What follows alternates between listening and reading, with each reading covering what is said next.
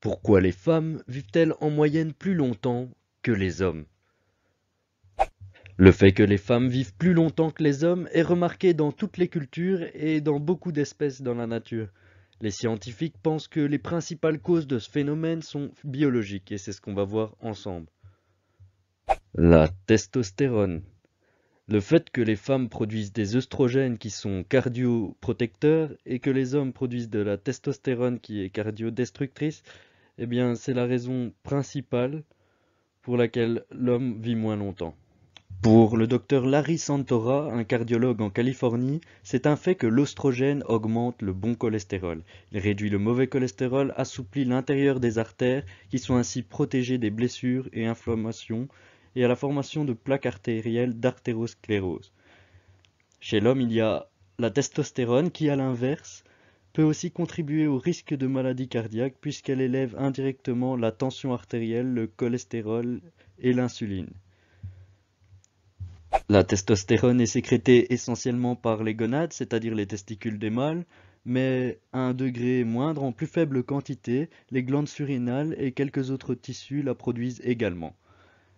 La femme en a donc aussi, mais elle en a 6 à 7 fois moins que l'homme. On peut se poser la question, alors chez la femme, ça sert à quoi cette infime quantité de testostérone? Eh bien, c'est étonnant, mais ça fait tout un tas de trucs.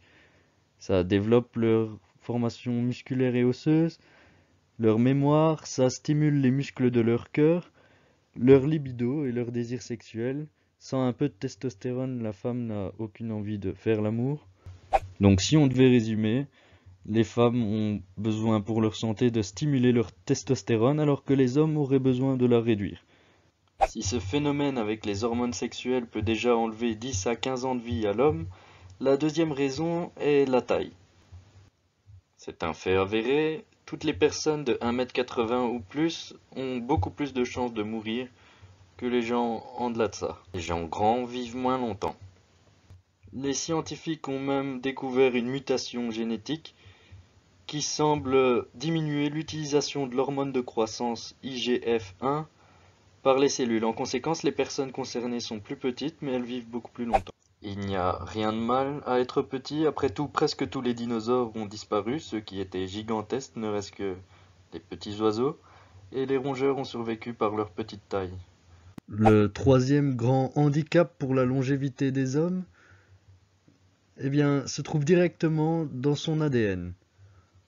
Le chromosome XX est toujours plus viable que le chromosome XY pour beaucoup de maladies. On peut compter dans des maladies qui s'attaquent plus aux hommes, l'hémophilie, la myotrophie, le syndrome de Partington, le syndrome d'Alport par exemple, qui est bénin chez la femme et qui crée des problèmes rénaux chez l'homme. Il y a ainsi une paire de maladies que les hommes attrapent et que les femmes n'attrapent pas.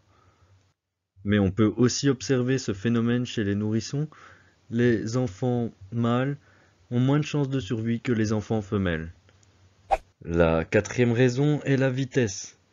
Un métabolisme plus rapide, une masse musculaire plus importante chez l'homme, ça signifie aussi que les cellules se fatiguent plus vite.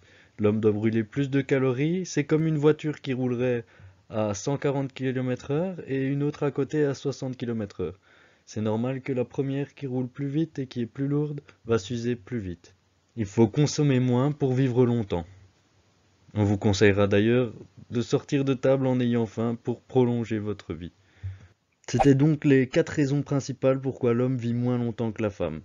Il y a donc les hormones sexuelles, la taille, l'ADN, qui donne un meilleur système immunitaire, et la vitesse du métabolisme. Si ce sont les raisons principales, il y en a tout un tas d'autres qui sont secondaires, comme la vie sociale qui est plus développée chez les femmes, et ce tout au long de leur vie, contrairement à l'homme. Il y a aussi des études qui montrent que l'homme est plus à risque de se battre ou de prendre des risques, d'être excessif ou d'être alcoolique. Il y a aussi le fait que dans la société actuelle, les hommes expriment moins facilement leurs émotions, ce qui les rend plus vulnérables sur le plan psychologique.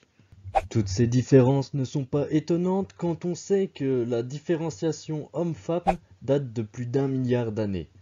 où les premières gamètes femelles et les gamètes mâles se sont générées. Une première différence, une première collaboration pour ensuite, en un battement de cils, créer la civilisation d'aujourd'hui. J'espère que ça vous a plu et à bientôt!